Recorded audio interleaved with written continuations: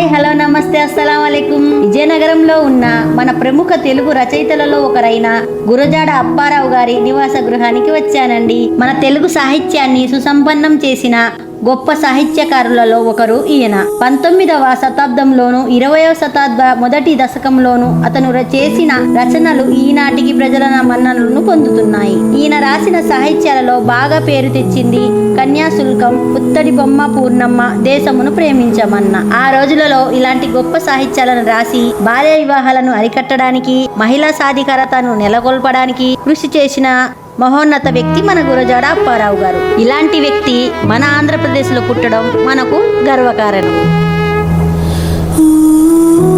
గురజాడ గారి మునిమనవుడితో అలా సరదాగా మాట్లాడడం నాకు చాలా సంతోషంగా అనిపించింది. అలా పైకి వెళ్ళి చూడగా నా మనసుకి చాలా ప్రశాంతంగా అనిపించిందండి. తన గది, తను వాడిన వస్తువులు, అలా తను నూతనంగా నిర్మించుకున్న గృహానికి పెట్టిన పేరు అక్కడ అమర్చి ఉన్నాయి. ఈ గృహానికి పెట్టిన పేరు లలిత్ అండి. అక్కడ చిత్రించిన ఫొటోస్ చూసి అలా నేను కూడా ఆ కాలంలోకి వెళ్ళినట్టు అనిపించింది. గురజాడ గారు వాడిన బల్ల, కలము ఇంకా వస్తువులు అక్కడ అమర్చారు. గురజాడ గారు రచించిన కన్యాశుల్కం రచనలో చాలా మంచి పేరు వచ్చింది. ఆ రచనకి చాలా బిరుదులు కూడా వచ్చాయి. ఇలా నేను ఇంత మహనీయుడైన గృహాన్ని సందర్శించినందుకు నాకు చాలా సంతోషంగా ఉంది. అక్కడ గురజాడ గారి గురించి నా మనసులోని భావాన్ని వ్యక్తపరిచి వచ్చాను.